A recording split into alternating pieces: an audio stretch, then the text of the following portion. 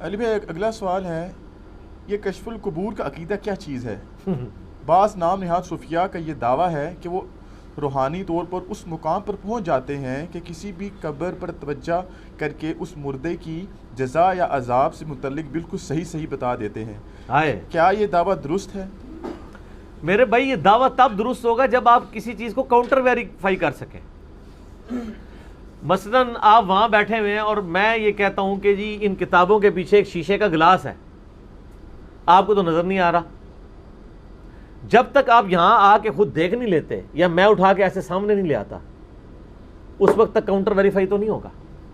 یہ کیا کرتے ہیں، یہ قبروں پہ جاتے ہیں، وہ ایک پارٹی بھی ہے وہ ذکر والی ہمارے یہ چکوال سائٹ کے اوپر، میں بس اشارتاً بات کر دیتا ہوں، انہوں نے یہ سارا تماشا لگایا ہوا ہے کشف القبور کا۔ میرے پاس لوگ آتے بھی رہتے ہیں اور اللہ کا شکر ہے کئی لوگ طائب بھی ہوئے ہیں۔ وہ کہتے ہیں نہیں وہ تو قبر پہ گئے اور بیٹھے تھوڑے دیر مراقبہ کیا، انہوں نے بتا دیا اس کو عذاب ہو رہا ہے۔ اور میں نے کہا تب بتا دیا جب آپ کو بھی نظر آئے۔ ایک چیز کاؤنٹر ویریفائی نہیں ہو رہی۔ میں نے کہا جی میں آپ کو 8-10 جعلی قبریں بنا کے بتا دیتا ہوں، آپ لے کے آئیں، وہ ان میں بھی عذاب بتا دیں گے یا جنت بتا دیں گے۔ کاؤنٹر ویریفائی تو اس طرح ہی کر سکتے ہیں نا، آپ اندر گھس کے تو دیکھ نہیں سکتے، تو ہم جعلی قبر ان کو بتائے بغیر کسی قبرستان میں، اور میرے پاس ہیں ایسی قبریں جو مجھے پتا ہے کہ وہ لوگوں نے اپنے لیے نا سنبھال کے رکھی ہوئی ہیں، کیونکہ وہ قبر اگر وہ نہ بنی ہو تو قبرستان میں جگہ، تو لوگوں نے ایسی قبریں بنا کے رکھی ہوئی ہیں۔ کسی کا دادا فوت ہوا ہے تو اس نے اپنی دادی کے لیے ساتھ یا اپنے لیے قبر رکھی ہوئی ہے اور جعلی ایک قبر بنا کے تختی شختی لگا دی ہے نہیں ہے، اور وصیت کر دی ہے کہ جب میں مروں تو ادھر دفنانا۔ تو اس طرح قبریں ہمیں پتہ ہے تو کشف القبور انہوں نے کٹ دیں گے، لیکن اس دا جس نے پہلے ویڈیو نہ دیکھی ہوئے، ورنہ انہیں کدھر بھی نہیں جان لگے، سب جعلی باتیں ہیں۔ یہ کشف القبور تو بہت بڑی بات ہے، میں ان کو اپنی میکینیکل انجینئرنگ کا فارمولہ سادہ کاغذ پہ لکھ کے دیتا ہوں، یہ صرف دیکھ کے پڑھ کے بتا دیں کہ یہ لکھا کیا ہوا ہے۔ سمجھنا تو دور کی بات ہے، سارے بزرگ مل کے بھی نہیں سمجھ سکتے جنہوں نے انجینئرنگ نہیں کی ہوئی۔ ان کا تو دعویٰ ان کو اللہ سکھا رہا ہے، تو اللہ کو تو مشین ڈیزائن کا فارمولہ آتا ہے، اللہ کو تو انٹیگریشن بھی آتی ہے، تو سکھا دے، بندے سے نہ سیکھے۔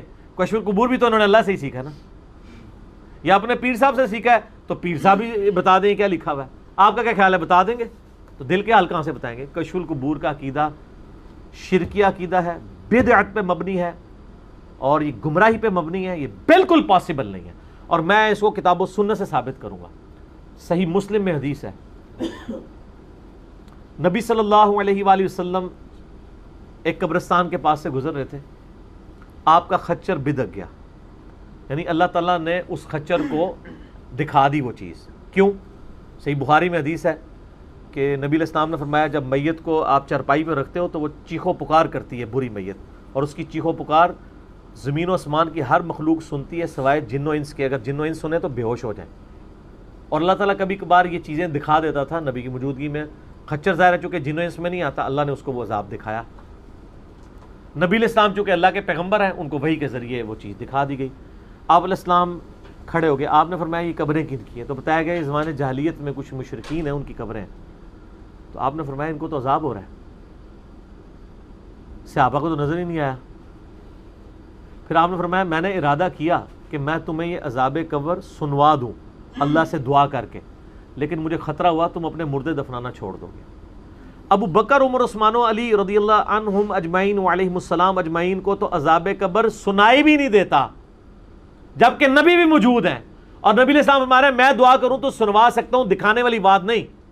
بعد کے لوگ کیسے یہ دعوے کر رہے ہیں سوائے اس کے کہ وہ کذاب ہیں۔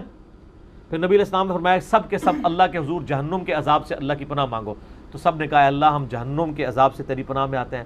پھر آپ نے فرمایا تمہارے ساتھ بھی قبروں میں آزمائش ہوگی، اللہ کے حضور دعا مانگو اللہ تعالیٰ تمہیں قبر کے فتنے سے محفوظ کرے، زندگی اور موت کے فتنے سے، دجال کے فتنے سے۔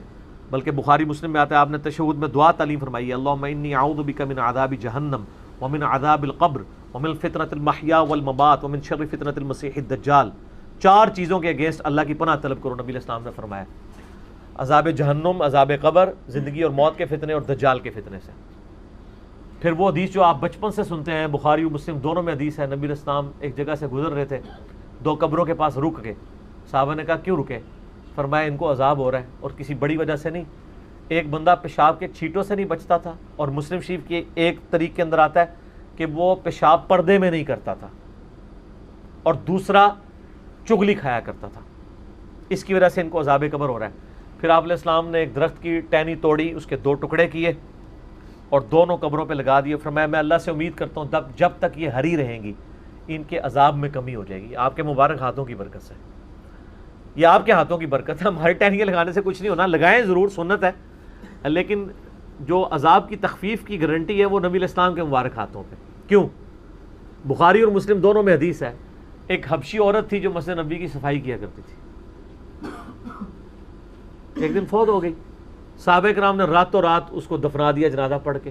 کچھ دن بعد آپ علیہ السلام نے پوچھا کہ وہ ایک حبشی عورت ادھر آتی تھی، میں دیکھ نہیں رہا مسجد میں. کسی نے نہیں کہا یا رسول اللہ، آپ کو تو علم غیب ہے، آپ کو تو پتہ ہی ہوگا کہ وہ کدھر ہے. ہائے ہائے ہائے، اس زمانے میں یہ والا علم غیب نہیں ہوا کرتا تھا. اس زمانے میں علم غیب یہ ہوا کرتا تھا کہ جو اللہ بتاتا ہے وہ پتہ ہے، جو نہیں بتاتا نہیں پتا. تو انہوں نے کہا یا رسول اللہ وہ تو فوت ہو گئی. آپ فرمایا تم نے مجھے کیوں نہیں بتایا؟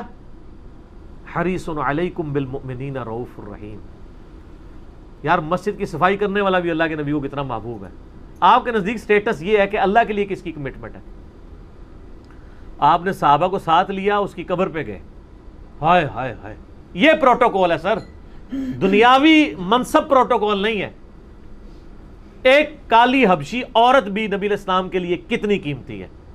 اور صحابہ کہتے ہیں قبر پہ گئے، ہم نے حضور علیہ السلام کو ان کی قبر بتائی، آپ قبر پہ کھڑے ہوئے، آپ علیہ السلام نے وہاں پہ نماز جنازہ اس کی قبر پہ جا کے پڑھی. اور پھر آپ صلی اللہ علیہ وآلہ وسلم جب پلٹے تو آپ نے فرمایا یہ قبریں اندھیروں میں ڈوبی ہوئی تھی، اللہ نے میرے جنازہ پڑھنے کی برکت سے انہیں نور سے بھر دیا. سبحان اللہ تو ایک پہلو ہے، ایک استغفر اللہ بھی ہے. کیا کسی کافر کی قبر نور سے بھر سکتی ہے؟ تو قبریں کس کی تھی؟ صحابہ کی. بریلوی دیوبندی اہل حدیث شیعہ کی تو نہیں تھی. ہائے ہائے، میں جب یہ باتیں کرتا ہوں پھر ان کو بری لگتی ہے. سر انجینئرنگ کرنی پڑتی ہے آپ کو بتانے کے لیے کہ سب کا ایک لیول نہیں ہوتا. نور سے بھری اسی صورت میں کہ مسلمان تھے. آپ علیہ السلام کی دعا کی برکت سے، آپ کے جنازہ پڑھنے کی برکت سے. اس لیے تو صحیح مسلم شریف میں آتا ہے، ایک صحابی کہتے ہیں میں نے جنازے کی دعائیں نبی علیہ السلام کے پیچھے کھڑے ہو کے یاد کی ہیں، اور کہتے ہیں جب میں نے دعائیں سنی تو میں نے خواہش کی کہ کاش میری میت یہاں پڑی ہوتی اور یہ دعائیں حضور میرے اوپر پڑھ رہے ہوتے. یہ صحابہ کو بھی پتا تھا کہ نبی علیہ السلام کا دعا پڑھنا کیا چیز ہے. سورہ توبہ میں آتا ہے نا، نبی ان کے لیے دعا اور استغفار کریں، آپ کی دعا ان کے دلوں کی ٹھنڈک ہے. نبی علیہ السلام کی دعا کوئی چھوٹی چیز ہے. حضرت جبرائیل بھی آتے ہیں تو حضور سے دعا کروانے کے لیے آتے ہیں، جو ترمذی میں حدیث ہے، مستدرک الحاکم میں بھی موجود ہے. نبی علیہ السلام نے پہلی سیڑھی پہ قدم رکھا، کہا آمین، دوسری پہ رکھا آمین، تیسری پہ آمین. وہ جبرائیل نے کہا یا رسول اللہ آپ آمین کہیں کہ برباد ہو جائے وہ شخص جس کے سامنے آپ کا ذکر ہو اور آپ پر درود نہ پڑے. اللہم صلی علی محمد وعلی آل محمد. تو آپ نے فرمایا آمین. برباد ہو جائے وہ شخص جس کو رمضان کا مہینہ ملے اور وہ اپنی مغفرت نہ کروا سکے. اور برباد ہو جائے وہ تباہ و برباد ہو جائے وہ شخص جو ماں باپ کو دونوں کو بڑھاپے میں پائے یا دونوں میں سے ایک کو ان کی خدمت کر کے جنت نہ کما سکے. تو آپ علیہ السلام نے فرمایا آمین. بخاری اور مسلم دونوں میں حدیث ہے، نبی علیہ السلام کا ایک غلام تھا مدعم، جو آپ صلی اللہ علیہ وسلم کو سفر و حضر میں آپ کے اونٹ کا کجاوا کسا کرتا تھا، وضو کروایا کرتا تھا. جب مر گیا تو صحابہ نے کہا یہ تو سیدھا جنتی ہے.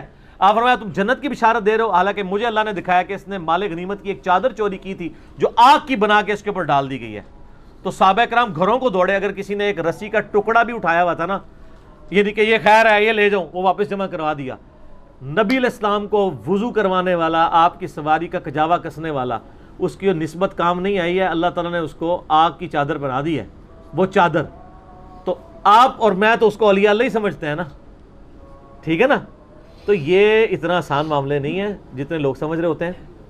تو سر یہ بہت کرٹیکل ایشو ہے.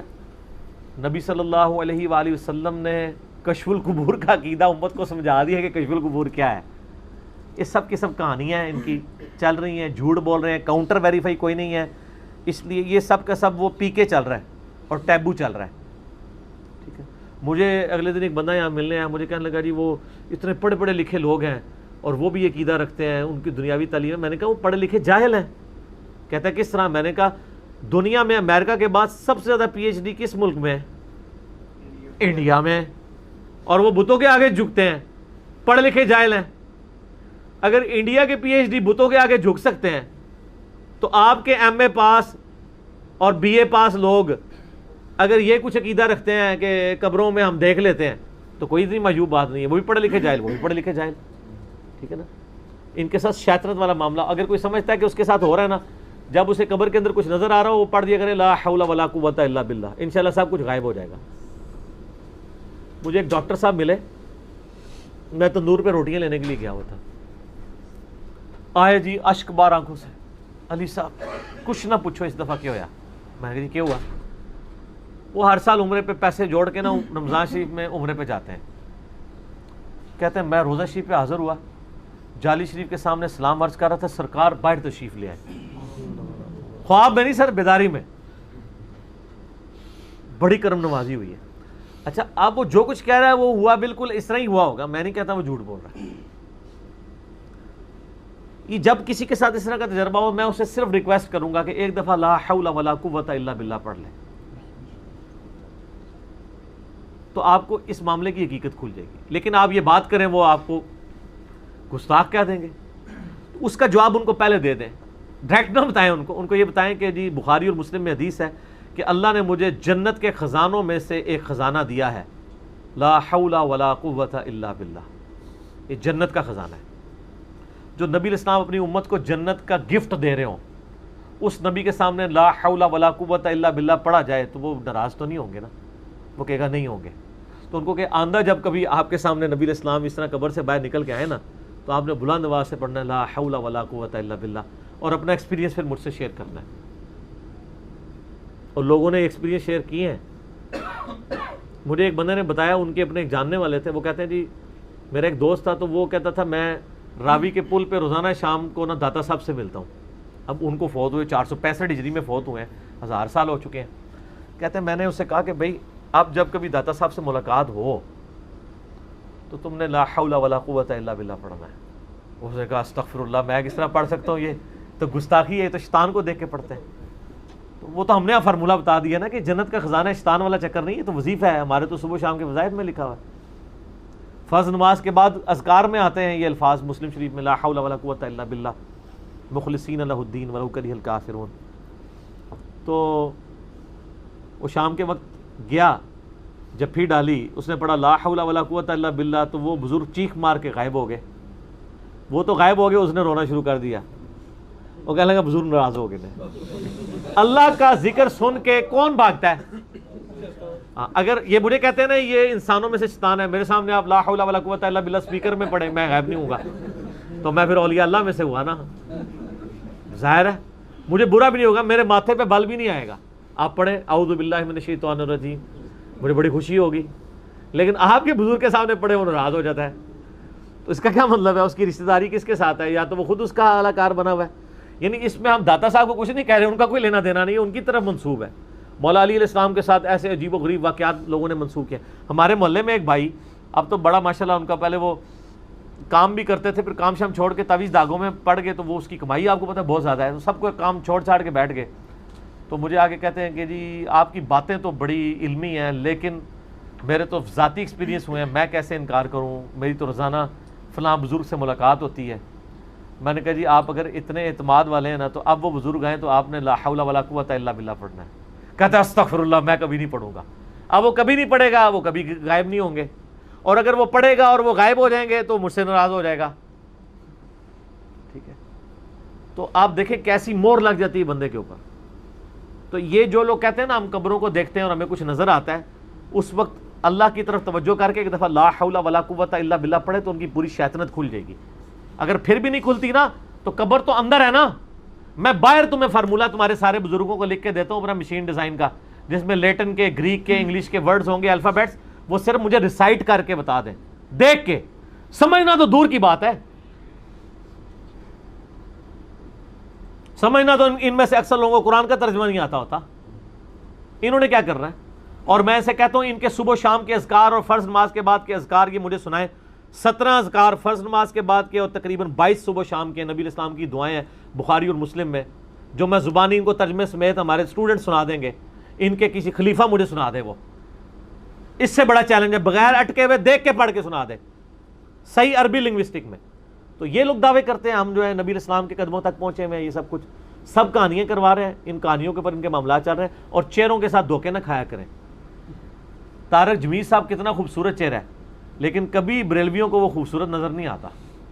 جنید جمشید کتنا خوبصورت تھا، آخری وقت تک اس کو مارتے ہیں، وہ کہتا ہے نہیں لعنت پڑی ہوئی ہے شکل کے اوپر۔ الیاس قادری صاحب کے بارے میں آپ بریلویوں سے پوچھے کہیں گے نورانی چہرہ ہے، دیوبندیوں سے پوچھے کہیں گے جی شکل سے شیطان نظر آ رہا ہے، نعوذ باللہ۔ یعنی میں نہیں کہتا ہوں ان کو، ہو سکتا ہے سارے صحیح ایک دوسرے کے بارے میں کہہ رہے ہو، یہ بھی ہو سکتا ہے، لیکن مطلب ہم ان کا معاملہ انہی کے اوپر چھوڑتے ہیں۔ تو ایک کے روحانی شکل، ایک کی خوبصورت شکل، دوسرے کو شیطانی شکل نظر آتی ہے۔ میں آپ کو ایک پریکٹیکل مثال دیتا ہوں، ڈاکٹر ذاکر نائک کے ساتھ جس کا ڈیبیٹ ہوتی رہی ہے، سری روی شنکر، ڈاکٹر ذاکر نائک سے کم از کم 1000 گنا زیادہ خوبصورت ہے، وہ زلفیں رکھی ہوئی ہیں، پوری داڑھی ہے اس کی، چٹا چہرہ ہے، کیا اس کی اسمائل ہے۔ ڈاکٹر ذاکر نائک تو اس کے پاس کو بھی نہیں ہے۔ اگر میرا یقین نہیں ہے تو آپ اس کو کسی وہ مقابلہ حسن میں لے جا کے کسی سے فیصلہ کروا لیں۔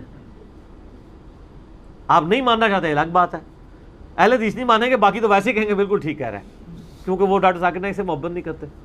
لیکن کیا شکلوں کے اوپر فیصلے ہونے ہیں؟ آپ کے فیصلے شکلوں پہ ہوتے ہیں۔ صحیح مسلم میں حدیث ہے، اللہ تمہاری شکلوں اور مال کو نہیں دیکھتا، دلوں اور اعمال کو دیکھتا ہے۔ حضرت بلال حبشی کتنے خوبصورت ہوں گے، حبشی تو حبشی ہی ہوتا ہے نا، ہونٹ تو اس کے موٹے ہی ہوتے ہیں نا، رنگ تو اس کا کالا ہی ہوتا ہے نا، ان کی خوبصورتی ان کی شکل نہیں تھی، ان کی قربانیاں تھی۔ آج حضرت ابوبکر صدیق، حضرت عمر، حضرت عثمان، حضرت علی کی کوئی پکچر ہے ہمارے سامنے کہ جس کا تصور لا کے ہمارے دل میں ان کے لیے محبت کے جذبات آتے ہیں، یا وہ قربانیوں کی داستان ہے؟ اور میں آپ کو آج ایک بڑی کریٹیکل بات بتاؤں، صحابہ کرام میں کوئی بھی گورا چیٹا نہیں تھا۔ باہر کے لوگ ضرور گورے چٹے تھے، عربی جو پیور عربک ہیں وہ تو بدو بادیہ نشین جو لوگ تھے عرب کے رہنے والے ریگستانوں کے، ان کے رنگ سانولے ہماری طرح ہی ہوتے ہیں۔ ابھی بھی آپ چلے جائیں، یہ آپ کو آج کل کے جو عربی نظر آ رہے ہیں یہ تو فارمی عربی ہیں۔ فارمی اس لیے کہ یہ مطلب رہتے ہی اسی کے اندر ہیں، ان کو آپ باہر دھوپ میں نکالیں نا اس ریگستان کے اندر تو ایک مہینے بعد ان کی روحانیت آپ کو ان کی شکلوں کی نظر آ جائے گی۔ عربیوں کے تو یہ کلر ہی نہیں ہے، وہاں پہ بھی آپ عربی دیکھیں تو آپ کو نظر آئیں گے بالکل جس طرح ہمارے سندھ اور بلوچستان کے پتلے پتلے کالے سے سانولے کلر کے لوگ جنوبی پنجاب کے نظر آتے ہیں نا، ان شکلوں کے عربی وہاں پہ بھی۔ نبی الاسلام کے بارے میں کسی حدیث میں آیا کہ آپ کا رنگ گورا تھا، کیا کہتے ہیں؟ سرخی مائل گندمی۔ تو آپ علیہ السلام بھی تو گورے نہیں تھے، تو آپ نے تو گورے کو خوبصورتی کی علامت بنایا ہوا ہے۔ اس طرح نہیں ہوتا، اللہ تمہاری شکلوں اور مال کو نہیں دیکھتا، دلوں اور اعمال کو دیکھتا ہے۔ اللہ کے نزدیک ان چیزوں کی کوئی اہمیت نہیں ہے، نہ ان چیزوں سے کوئی فیصلے ہونے والے، فیصلے ہونے اعمال کے اوپر، ٹھیک ہے؟ کتنے کتنے صحابہ کرام ہیں، آپ ان کی زندگی اٹھا کے دیکھیں، پوری زندگیاں ان کی اس طریقے سے گزری ہیں۔ حضرت طلحہ کا ہاتھ شل ہو گیا تھا غزوہ احد میں، پوری زندگی وہ ٹنڈے ہی رہے ہیں، ٹھیک ہے؟ لیکن ہمارے لاکھوں ہاتھ والے ان پہ قربان، نبی کے دفاع میں ان کے ہاتھ ٹوٹے ہوئے، ٹھیک ہے؟ صحیح بخاری میں آتا ہے غزوہ بدر کے موقع پر حضرت زبیر رضی اللہ تعالیٰ عنہ نے نبی الاسلام کا دفاع کیا، اور غزوہ احد پہ ان کے کندھے کے دونوں شانوں کے درمیان اتنا بڑا زخم تھا کہ عبداللہ بن زبیر اور حضرت عروہ ابن زبیر کہتے ہیں ہم جب چھوٹے چھوٹے تھے تو ہم پورا ہاتھ داخل کر کے اس زخم سے کھیلا کرتے تھے، پوری زندگی کے لیے گوشت ریموو ہو گیا تھا نا۔ ابھی آپ دیکھیں نا، اگر کوئی بہت بڑا پھوڑا آپ ریموو کروائیں نا تو وہ گڑا ہمیشہ کے لیے پڑ جاتا ہے، گوشت دوبارہ ریکور نہیں کرتا، صرف کھال ریکور کرتی ہے۔ جن کے پورے لوتھڑے اتر گئے ہوئے تھے تو وہ اسی وقت ہی اس کو کھال کو جوڑ دیتے تھے، وہ پورے سوراخ ہوتے تھے، ٹھیک ہے؟ ان لوگوں کے ساتھ یہ معاملات ہیں۔ خود نبی علیہ السلام بھی اپنی زندگی کے آخری 7 سال آپ نے کس حال میں گزارے ہیں کہ آپ کے سامنے کے 4 دانت نہیں تھے، غزوہ احد میں شہید ہو گئے تھے، یہ دانت تو آپ کے نہیں تھے۔ آپ لوگ شکلوں کو لے کے بیٹھے ہوئے ہیں یار، اللہ تو قربانیاں دیکھتا ہے یار، ہم جو ہے شکلوں سے دھوکہ کھا رہے ہوتے ہیں۔ ہم نے ان کی شکلوں والی ڈاکٹرائن بھی ختم کر دی ہے۔ میری جب ویڈیوز چڑھتی ہیں نا، کسی کو پتہ نہ ہو کہ یہ کون ہے، تو ساروں کو اپنا ہی نظر آ رہا ہوتا ہے۔ ہاں کئی لوگ ہمیں ملے ہیں کہ ہمیں لگا یار کوئی دیوبندی لگ رہا ہے، پگڑی پہنی ہے، بریلوی کہتے ہیں نہیں یہ بریلوی لگتا ہے۔ اہل حدیث تو خیر پہلے ہی کئی اہل حدیث ملے کہتے ہیں ہم نے تو ویڈیو کلک ہی نہیں کی کہ یار یہ تو کوئی بریلوی دیوبندی لگ رہا ہے، کیونکہ ننگے سر نہیں ہے، سرخ رومال نہیں ہے، اور جب سنتے ہیں پھر تو بالکل نہیں سمجھ لگتی ہے کیا ہے، کیونکہ ہر بات ہی ڈفرینٹ ہو رہی ہوتی ہے۔ کیوں؟ کیونکہ نام ہے وہابی، نام ہے بابی، میں ہوں مسلم علمی کتابی۔